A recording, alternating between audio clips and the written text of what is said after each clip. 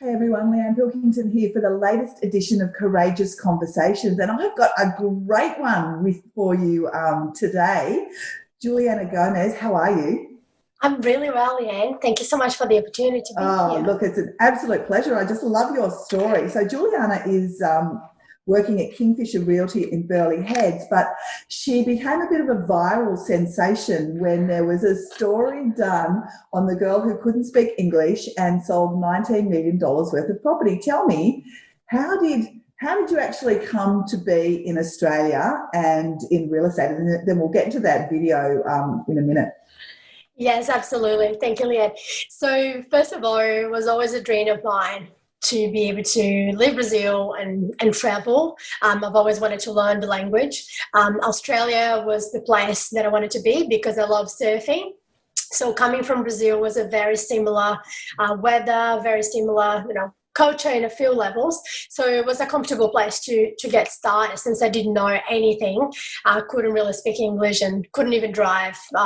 So no background at all. So I did start university back in Brazil, but decided to pause because study, I realized the need to learn another language was quite big, to have that point of difference. So decided to pause and decided to pursue my dream, which since I was a kid, wanted to travel and come to Australia.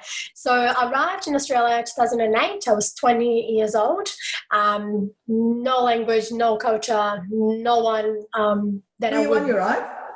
I was with a partner at the time. Okay, yeah. Yes, was with my partner at the time from Argentina. So we both couldn't speak English. So it was a bit of a disaster. So we arrived in Coolangatta and literally walked from the airport to the little hostel that we were staying, with bags and a surfboard. And the Brazilian community would appreciate that. So when you come to Australia, it's so expensive to come here that you come with really little money. You literally come with the money that's enough for about a month, the money to pay for your studies, and that's it. So you really have to find work and move quickly because things in Australia is very expensive, and coming from our dollar, from our money, at the moment is about 5 times different. So at the time was about 3 times Wow. difference. So it was quite expensive. So from that moment, we just had to quickly find jobs and opportunity. Which we did. We only had the contact from the language center that I was, studying English, and they've assisted me with getting a phone, finding the best newspaper to look for a job and accommodation, Yeah. which was the Gold Coast Bulletin, which I found out at that time. So literally just checking the newspaper to And find so, that. how did you get into real estate? And how long So had you been from here? Yeah, so initially it took me about 2 years to get the language, slowly improving and getting better. I got a job at the local surf life saving club, which for me was quite unique as well. Coming from Brazil, we don't have separate clubs in different, beats. However, I really wanted to get started there because of the community and to really ingrain myself in the culture. Mm. So started the surf club. Nick, the manager, saw that I was really wanted to be there. Every Friday I would go in looking for a job until I got the job. So I So was very persistence was, persistent. yeah, persistence is the Yeah, key. Yeah, good for you. persistent is always the key. Just keep going. Yeah. So after 2 years at the surf club, I've always had that in my mind that I wanted to do something better and improve. And at the time, there was in 2009, 2010, when in the surf club, there was a lot of locals that were talking about the market, how real estate was affecting, and the market at that time would have gone from high up into down. So it was in the lows. It was quite a lot of, there was the topicality, everybody was talking about real estate. Yeah. So I thought, and I could see the signs as well in all the houses. So I just searched for a few agencies and I knocked a few doors, especially the bigger ones that were the first one to say no and turn me off, which I can understand is just because they were so busy and absolutely no time to teach somebody not only no experience in real estate but couldn't speak the language. So there was a no straight away. So then I kept going to one small agency, which was a boutique agency called Kingfisher Realty on the corner. And every time I would go to Burley, I would ride my bike, look and walk around just to say hello and just check how things were going. I would be doing that for about 3 or 4 months until the owner of the agency noticed that I really wanted to get into it. Every time that I would walk by the agency, I would improve my English and say that I've done different things, just so he could see that I'm trying my best to get started. And that was it. And he gave me the opportunity.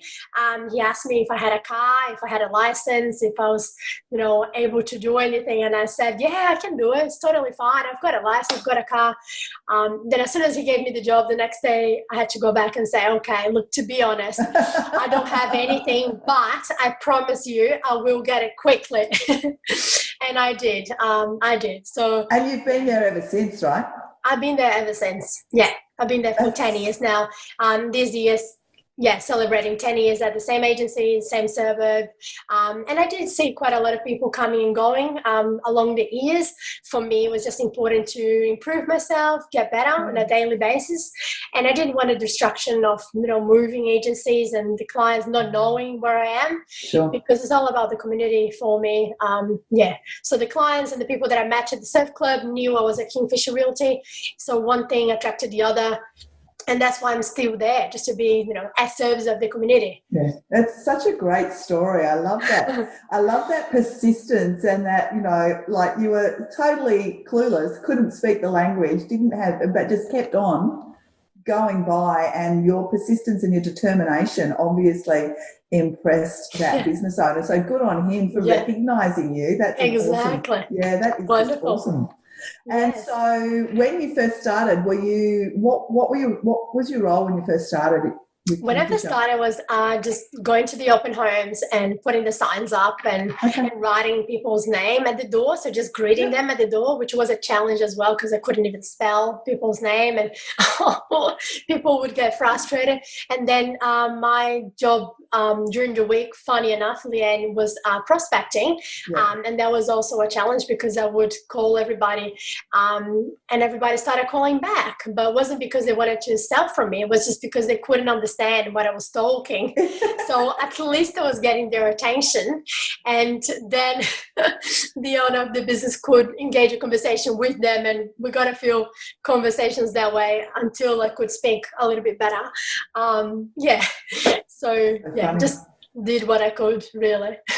Oh dear, the prospector that couldn't speak English. I love it. And so when did you actually become because I'm assuming you're a standalone salesperson now? Yes. So when did you, how long have you been doing that? Yeah, so that was about 5 years ago, and that's when really my career started taking off. That was 2015, 2016, I had an assistant. Then the assistant became the office manager, and then I had another assistant. And then 2018, I had my son, Samuel. That was June. Oh, wow. And that's when, thank you.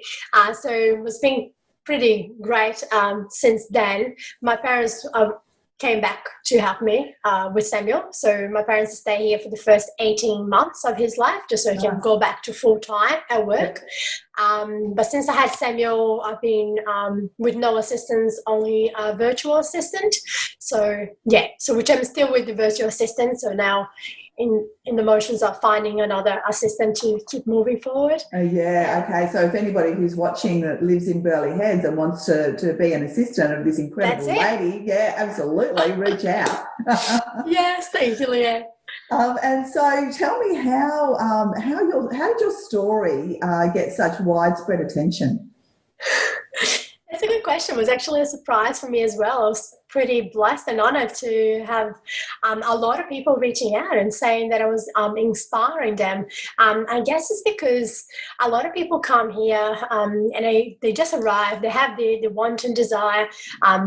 However, they always have that question mark, and they keep listening to the bad voices saying, I'm not good enough, I'm not, my English is not that good, and all the negative in their head. And I guess all of a sudden having someone that they know and going through all this journey and actually achieving something incredible, which for me, it was just follow my own path. And the goal was, first of all, to stay in Australia, and second was to succeed in my career, which I'm still just starting.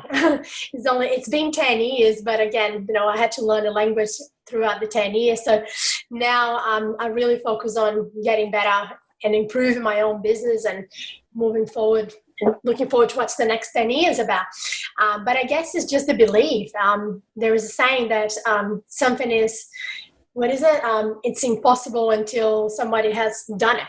So it becomes possible. So I think that's the biggest thing, is just it's possible for everybody to do it, really. And so how do you have so much self-belief and the determination and focus? Because it would be fairly scary to be a 20-year-old that doesn't speak the language with enough money to last you for, maybe 3 or 4 weeks. Yeah. And to try and get a job. I mean, how do you just be so determined? Yeah, I think I just had this goal, and I didn't want to go back and come back to my parents, which there was the possibility as well. The possibility was always to, go back to Brazil. And I didn't want to go back to Brazil. There wasn't a place that I felt that was home. As soon as I arrived in Australia, that was it. It's almost like it clicked. I want to be here, and I'll do whatever it's possible to be here, because the fear of going back and not having this dream that I have in mind, achieved, is a lot greater than continue on the path and the journey. And there's been so many ups and downs, and so you just keep going, just keep looking forward. And there was no plan B. There was always one plan A, and that's important as well. I hear that a lot, actually. There was no plan B. So it really, you take the choice away, right? You have no choice. You have to keep going. And so your story became known how? You had a client who shared that story with somebody? So yes, Connor had a friend that, had contacts in the news, and Connor was just sharing with him that we're now doing the celebration for Juliana's 10 years with Kingfisher, and he thought that was quite amazing that, one agent could stay with one agency. And then Connor shared that, Juliana started when she couldn't even speak English, and then started elaborating on the story. And, Dwayne, his friend, thought that it was pretty impressive. And then he decided to write a PG. So he wrote a story and shared with his friends in the news, and then Stephanie picked up the story and wrote on news.com.au, and that was already amazing. And then from that became quite popular, and then Carly decided to do a little video on Channel 7, which then exploded and became viral. So it's quite incredible, the response. Very overwhelming.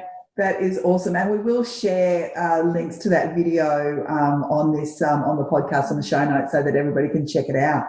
So what is next for you? Great question. I'm just going to keep, working hard and keep being humble, keep being who I am. I think the goal for me is just to really, double my sales. I've always wanted to become $1 million agent. So looking forward to working on systems and processes to allow me to do that, sell more properties and help more people, and give the opportunity to others as well. I have a few Brazilians that are great photographers, people that just started that help me with cleaning. So just having an army full of people that's looking forward to improving themselves and being able to help them as well. That's my goal. Oh, that's such a beautiful goal. And tell me, how is it having Samuel being so young and you working full time? How do you juggle that? Oh, I'm very lucky that I have a beautiful partner. I think that's the secret. Having a team, having a community, surrounded yourself with a great community that helps you a lot. I'm very blessed that he goes to a really good childcare, and the ladies that his teachers are absolutely fantastic as well. They spend a lot of time with him, even more so than I do, unfortunately. But it's just one of the perks that you have to go through. And all the time that I have with Samuel is very quality time. We love going to the beach together. We go for a surf and we play and build sandcastles. He loves it. So there's a lot of quality time that we spend together. And my partner is absolutely beautiful as well, very understanding. So he drops him off, picks him up, and helps me with all that role. So very lucky to have, family and friends around and a community. Yeah, absolutely. It does take a community, and having a supportive partner. There's just, nothing better than a supportive partner. Exactly. Very good. Well, you are an absolute delight. I am so glad that we've been able to connect. I loved hearing your story, and I will look forward to seeing what is next for you. So, yeah, congratulations on everything you've achieved, and you go, girl. Thank you so much, Leanne. Thank you for the opportunity. Thanks. Bye.